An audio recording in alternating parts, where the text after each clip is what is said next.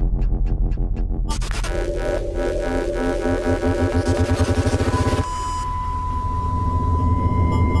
YouTubers, welcome to the channel. I just wanted to do a quick video on a couple of things on my new Martin X series that I've done since I bought it. One was the action.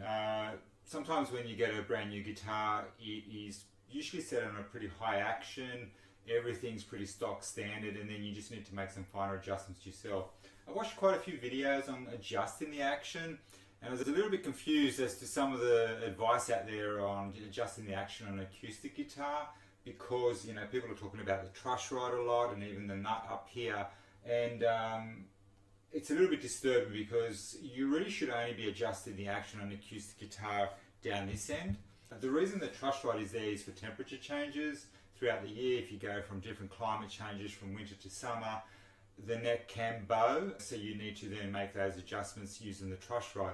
But when it comes to action, which is the height of the strings, obviously relevant to the neck, you really should only make the adjustments here. And that's exactly what I did, and it wasn't very difficult to do either. So the reason I didn't like the action, it was way too high. It was probably around 3.5 millimeters above the 12th fret, and it should be more like 2.5 millimeters above the 12th fret. So what was happening is when I was down here and if I was doing anything like that, it was so high that my fingers sometimes would get caught underneath the strings. So all I did was loosen all the strings, and I took a photo of the bridge before I actually took it out, because it goes in a certain way and there's bevels on either side. So maybe just take a photo so you don't forget which way it goes in, rather than mark it with a text or anything like that. Just take a photo with your phone, it's a lot easier.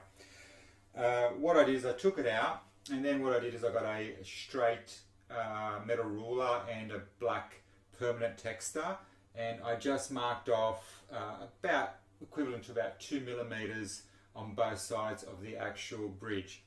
Then, to make it easy for me, because I've seen people grab the bridge and then put it on a flat piece of sandpaper and go back and forth and back and forth, and it's just such a stupid way to do it again, because it just takes forever.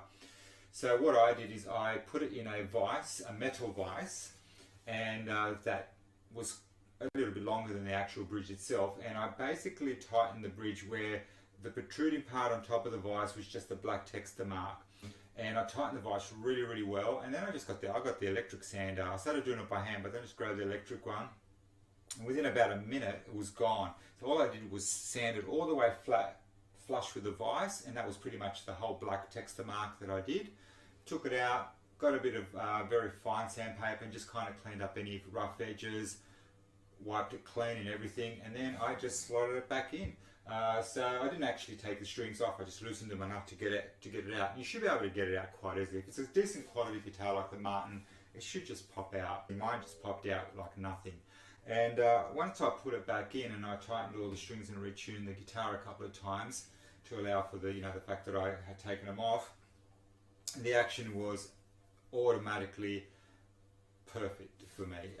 It basically took it about 2.5 centimeters above the 12th fret, which is over here. And when I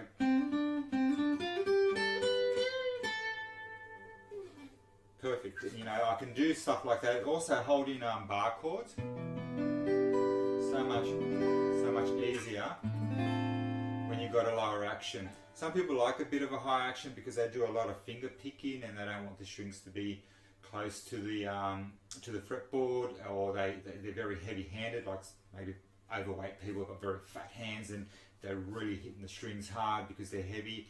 And what happens is they get fret buzz and they're like, oh, I want a high action, because that's the reason they want that high action. But for me personally, playing bar chords or even doing doing stuff like that as well on this part of the neck, I needed to be a lot closer. And it was about a month ago I bought the guitar, and I was really, really happy that I just finally got around to doing that, because I was finding it so frustrating. Every time I came down this part of the neck past the 9th fret, my fingers would just get caught underneath the string sometimes when I was trying to finger pick things and all sorts of stuff like that. I didn't get any fret buzz from lowering it because it was actually quite high. So that's number one. Use the bridge to adjust the action. Don't muck around with a truss rod. That's there only for temperature changes through the season, just to do finer adjustments. I've seen videos where people are like, oh, turn it and turn it and turn it until you get the neck to bow back, and that'll allow your action. No, don't do that. The other reason for the video is, you might have noticed my really pretty sound hole cover. So at the moment the guitar's plugged in and it's going through, I don't have an acoustic amp, so I've plugged it through the box on the clean channel, and basically I've just got it set with a little bit of reverb and so forth. I've got a body res pedal down the bottom here, and that actually just gives body to the sound, makes it a little bit thicker. Some people get heavy gauge strings and that, but then that can put more tension on your neck. The reason the sound hole cover is there is because that mic will also then pick up the resonance through the guitar as well, and that what happens is it becomes it gets in your head here. You can kind of hear it, so you know you want to just be able to pick up the amp sound. It's a nice cleaner sound, and the mic will still pick up the sound from the front, but you won't also have that kind of that echo feel. It's a little bit too much. I'll show you my one. Now this was about, I think it's just over $10 on eBay. It had a smoky, it smells like smoked timber, and it's got a really nice pattern on it, as you can see. And what I needed to do, I needed to do a couple of little things to it, because even though it fitted in there, it was actually loosed all around, and they had some sort of padding around here. As you can see, I've got little white pads. All they were little round circles that you can buy at a hardware store that you usually put in cupboard doors so they don't smack when you know, like kitchen cupboard doors and things like that. So in that little circle, I just got a Stanley knife and just cut it in half little semicircles. And what I did is I just stuck a few pads around here. It was a bit of experimenting, and what the pads allow me to do is actually just slot it straight in, and the pads kind of cushion it so it doesn't move around. And the other thing I did is, because of the way it was designed, it wasn't perfect. I got a, I cut it flush across here, took about a couple of mils off, and then what it does, it just basically it just pops in like that. There you go, that's it, that's how easy it is. It doesn't fall out. I mean, you have to, I mean, if I whack the guitar hard enough, I'm sure it will fall out.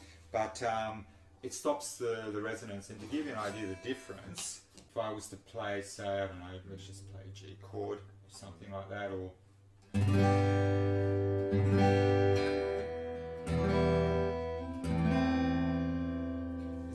it's a different kind of sound. You can kind of hear the guitar and also the amplifier.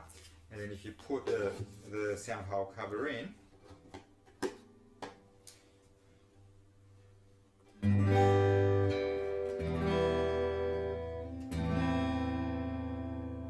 you don't get that echo. It's not overbearing when you don't have the sound hole cover on, but if you're recording something, you do get that around. So what happens is it overpowers sometimes. If you sing, I don't sing, but if you're singing or something, it can kind of overpower it. And most times singers do want to cover it anyway, because they want to get their voice on the mic, and they don't want that extra sound. They want the sound to come through the actual acoustic amp.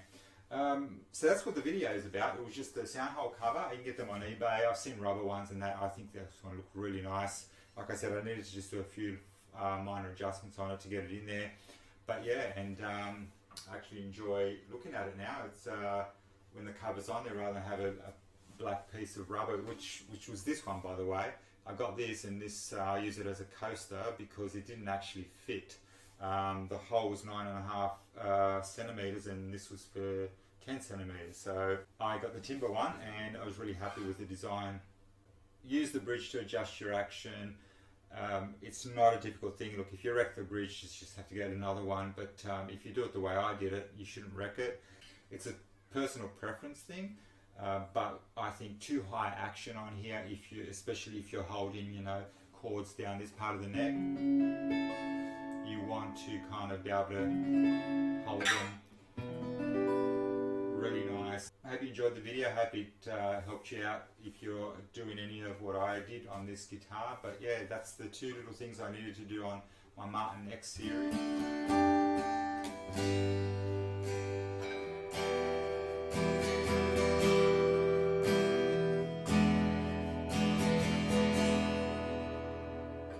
So that's it. I hope you enjoyed the video.